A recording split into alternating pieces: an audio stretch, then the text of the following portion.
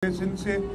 और मैं जैसे मिनिस्टर साहब ने कहा, ये कराची के लोगों से रिक्वेस्ट करूँगा, उनको दावत दूँगा कि वो यहाँ आएँ। और जो पूरे सिंध से काउंसिल बनते मेरे साथ कुछ हमारे कराची के सूबाई असेंबली के मेंबरान थे, और वो हैरत में रह गए देख के कि किस तरीके की क्राफ्टमैनशिप यहाँ पे मौजूद है।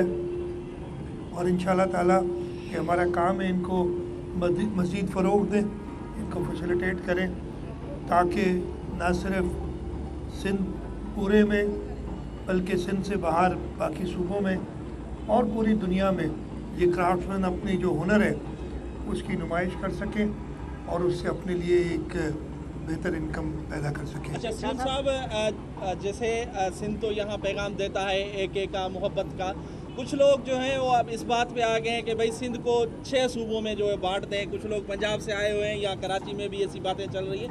ये कौन सी कूद है जो सिंध के 6 सूबे करना चाहते हैं? इस कान से सुनो, इसी से निकाल दो। अच्छा, मेरे दिमाग में भी नहीं आए।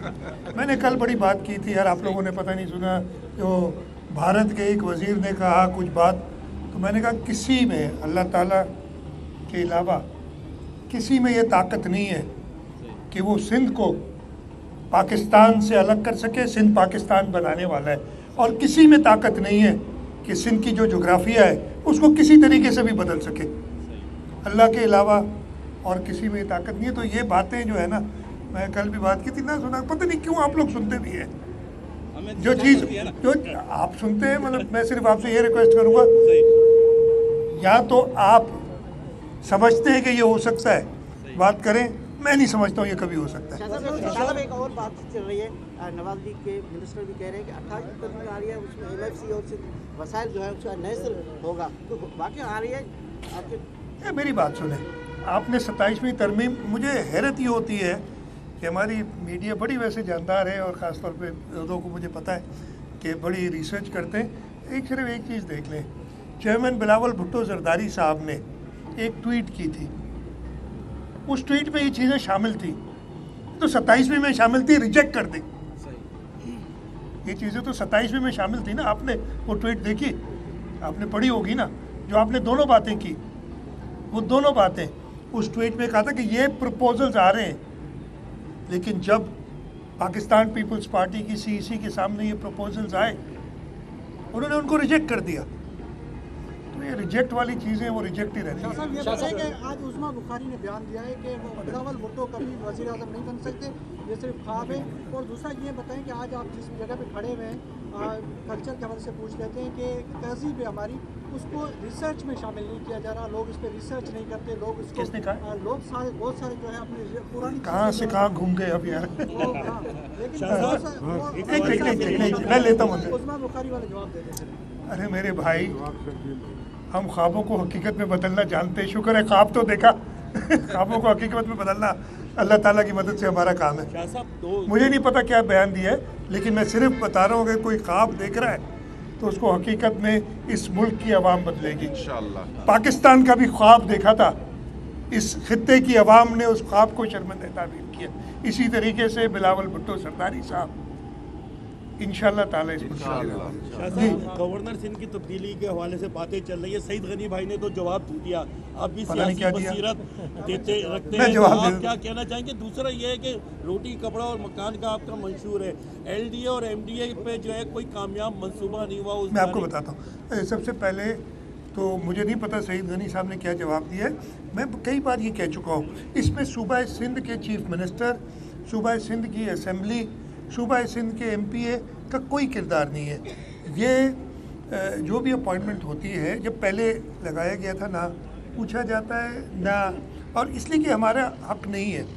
जो हमारी आईन है उसमें लिखा हुआ है, जो जिस तरीके से अपॉइंटमेंट होती हैं, प्राइम मिनिस्टर प्रेसिडेंट को एडवाइस करते हैं, अपॉइंट होते हैं, तो उसी तरीके से होगा। मुझे बाकी तो मुझे कोई इल्म नहीं है। आपने कहा कि कोई LDA और MDA की स्कीम्स नहीं आई, इंशाल्लाह ये काफ़ी अरसे तक देखें।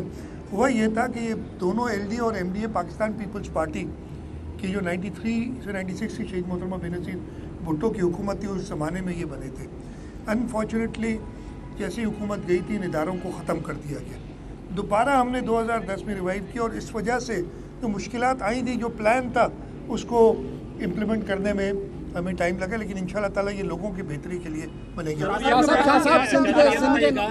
पीपल्स पार्टी जमहूरियत पे यकीन रखती है और जमहूरी पार्टी कहा जाता है पीपल्स पार्टी को, जो जहाँ पर जो एहतजाज हो रहे हैं, एक तो किसी को कराची प्रेस क्लब के सामने एहतजाज नहीं दिया जा रहा, आज पीटीआई के लोगों ने एहतजाज किया, उनको गिरफ्तार किया गया। दूसरा ये कि कल मीर मुन्नत टालपुर साहब ने कहा है कि वकला जो है वो सिर्फ 27 तरमीम के बाद क्यों करते हैं, बाकी जो सिंध के मसाइल है, सुपर हाईवे पे जमीनों पे कब्जे हो गए, उन पे वकला क्यों नहीं एहतजाज करें? मुझे नहीं पता। ये देखें, मैंने ये कहा था आपने, मैं वकला वाली बात पहले कर लेता हूँ, फिर एहतजाज वाली बात पे आ जाता हूँ।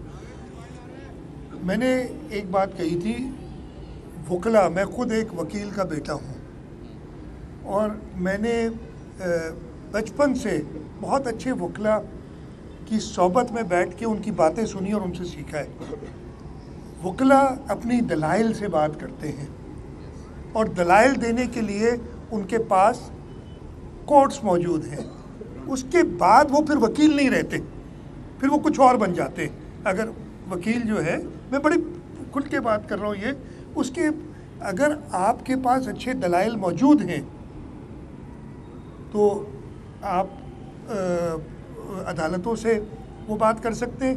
अगर दलाइल मौजूद नहीं है तो फिर आप बाकी तरीका इस्तेमाल करते हैं। जहाँ तक आपने कहा, देखें उस दिन भी ये मसला हुआ था, मेरा बड़ा क्लियर मौक़िफ़ है, अगर 50, 100, 150, 200, 250 आदमी या 500 आदमी, इतने तो होते भी नहीं है कभी, ये 50 से ऊपर नहीं जाते जो लोग सारे, मैं वकला की बात नहीं कर रहा हूँ, 100 होंगे, 150 होंगे, वो इस तकरीबन 2 करोड़ की शहर के लोगों को यरगमाल बना लेते हैं, रोड बंद कर देते हैं, सबको तकलीफ़ होती है, तो हुकूमत एज एडमिनिस्ट्रेटिव बॉडी क्या करेगी?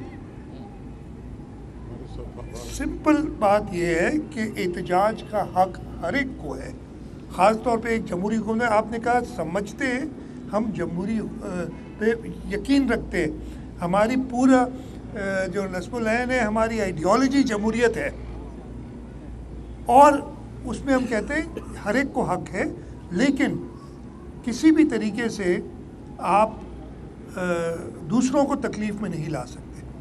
अगर ऐसा ही है तो फिर ये फ्री फॉर ऑल करते हैं जी, कभी कोई रोड ब्लॉक कर देता है, कभी कहाँ रोड ब्लॉक हो जाता है।